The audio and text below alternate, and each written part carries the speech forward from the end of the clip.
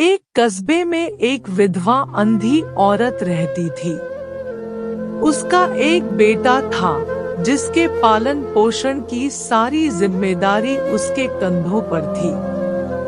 वह अपने बेटे को पढ़ा लिखा कर एक बहुत बड़ा आदमी बनाना चाहती थी। इसलिए उसने उसका दाखिला कस्बे के सबसे अच्छे स्कूल में किया। वह दिन रात मेहनत करती ताकि बेटे की स्कूल की फीस दे सके। लड़के के स्कूल के बच्चे उसकी माँ के बारे में जानते थे। वे सब उसे अंधी का बेटा कहकर चिढ़ाते थे। लड़का इससे बहुत परेशान था। उसे अपनी माँ पर शर्म आने लगी थी। वह उसके साथ कहीं भी आने जाने से कतराने लगा था। जब लड़का बड़ा हुआ तो उसकी शहर में अच्छी नौकरी लग गई।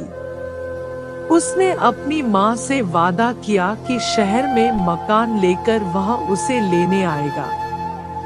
लेकिन वह शहर गया तो फिर लौटकर वापस नहीं आया। उसकी अंधी माँ उसका इंतजार करती रह गई। कई महीने बीत गए। लड़के की कोई खबर नहीं आई। कई महीने बीत गए। लड़के की कोई खबर नहीं आई। अंधी एक दिन उससे नहीं रहा गया और वह बेटे से मिलने शहर पहुंच गई। पूछते पूछते वह बेटे के ऑफिस पहुंची। वहां सिक्योरिटी गार्ड ने उसे रोक दिया। अंधी औरत ने गार्ड को अपने बेटे का नाम बताया और बोली कि उससे जाकर कह दो कि गांव से कोई मिलने आया है। गार्ड ने जाकर उसके बेटे को बताया। बेटे ने ऑफिस की खिड़की से देखा तो उसे अपनी माँ गेट के बाहर खड़ी नजर आई।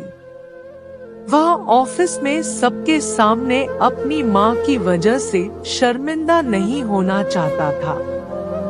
उसने कहला दिया कि वह ऑफिस में नहीं है। अंधी औरत वहां से चली गई। शाम को वह लड़का ऑफिस से घर जाने के लिए निकला। रास्ते में एक जगह काफी भीड़ जमा थी। वह अपनी गाड़ी रोककर भीड़ के पास पहुंचा और तो बीच सड़क में अपनी माँ को मारा पाया। उसके हाथ में एक चिट्ठी थी जिसमें लिखा था, बेटा, बड़े दिन हो गए थे, तेरी कोई खबर नहीं मिली। चिंता हो रही थी इसलिए तुझसे मिलने चली आई। तू तो अब बड़ा आदमी बन गया है।